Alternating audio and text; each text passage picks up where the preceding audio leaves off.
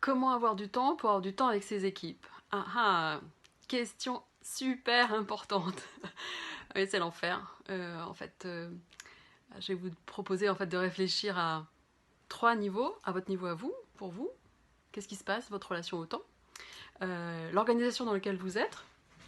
Quelle est son organisation? Quelle est sa relation au temps, votre organisation? Et puis, avec les autres, quel type de rituel vous pourriez instaurer pour justement sanctuariser avoir une sorte de parc naturel de temps libre avec vos équipes.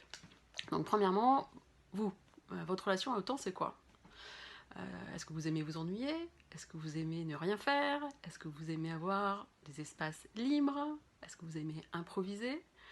Ou est-ce que vous aimez vous sentir important parce que vous êtes toujours dans le rush, Paris, New York, Tokyo, on vous sollicite, vous êtes toujours en train de courir. C'est super excitant quand on est sollicité. Quand on n'a pas de temps, on a le sentiment d'être au centre du monde. Et ça, ça nous piège tous.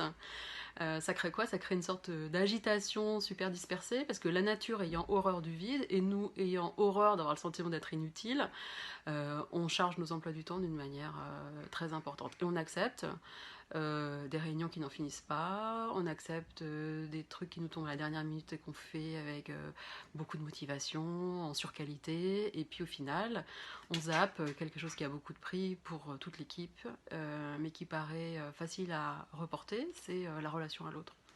Donc déjà, vous, est-ce que vous pourriez accepter un tout petit peu d'avoir des espaces-temps libres, d'avoir un peu de place pour l'ennui, le lâcher prise, le rien faire dans votre journée? Parce que rassurez-vous, hein, les autres vont le voir, ils viendront vous solliciter, ils vous verront détendu ou disponible pour une forme d'écoute, et ça pourra engager des conversations, ça va pouvoir engager des échanges informels. Donc première chose, votre relation au temps, comment elle est? Est-ce que vous pouvez vous désintoxiquer de l'accumulation d'agenda et de l'accumulation d'activités? Ensuite, votre organisation, comment elle fonctionne? Est-ce que vous êtes en réunion toute la journée? Est-ce que ça s'enchaîne en permanence? Est-ce que c'est la réunionnite aiguë où chacun saute d'une réunion à l'autre? C'est quelque chose qui est important à voir parce que c'est aussi la culture du temps dans votre organisation. Et là-dessus, vous pouvez agir en partie en conscientisant cette gestion du temps collective et surtout en commençant à apporter des contre-mesures. La contre-mesure la plus rapide, c'est de faire des réunions debout. Elles vont être beaucoup plus rapides parce que naturellement, avec l'effet de la fatigue, les équipes ne vont pas rester des heures confortablement installées à siroter du café. Donc il y a quelques contre-mesures simples, des réunions avec des ordres du jour, des réunions qui soient préparées en amont avec des présentations qui permettent la prise de décision collégiale et la délibération en réunion, et puis des dynamiques de réunion limitées dans le temps. Donc au niveau de votre organisation, que pouvez-vous faire pour améliorer la relation au temps de l'ensemble de vos équipes? Ensuite, les équipes, les autres. Comment faire pour avoir du temps, pour sanctuariser des espaces de relation, de délibération? Je vous conseille d'instaurer des rituels.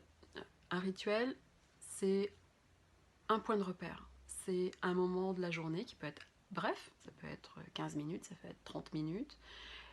C'est une balise dans la semaine, c'est une balise dans la journée où ensemble, on connaît les codes, on sait qu'à ce moment-là, on va s'autoriser la relation, on va s'autoriser la délibération, on va s'autoriser l'échange informel. Alors ça peut être des cafés du matin, ça peut être des réunions sandwich ou des moments sandwich à la pause repas, en disant on fait un pique-nique collectif 3 fois par trimestre, une fois par mois, une fois par semaine. On a la zone pique-nique, chacun vient avec sa gamelle, son sandwich, et on aborde de façon informelle les sujets du moment. Ça peut être aussi des after-work, ça dépend aussi de votre culture d'entreprise. Ça peut être sympa de se faire un apéro ensemble de temps en temps.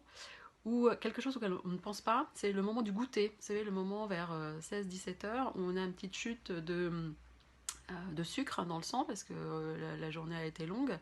Se retrouver autour d'une plaque de chocolat, instaurer le goûter business entre 16h30 et 17h. Ça peut être aussi une idée rigolote. En tout cas, vous avez certainement l'occasion de trouver un rituel qui résonne bien avec la culture de votre équipe. Donc le matin, midi, l'après-midi ou le soir, qui correspond bien aussi au style de vie et au rythme de vie de vos équipiers.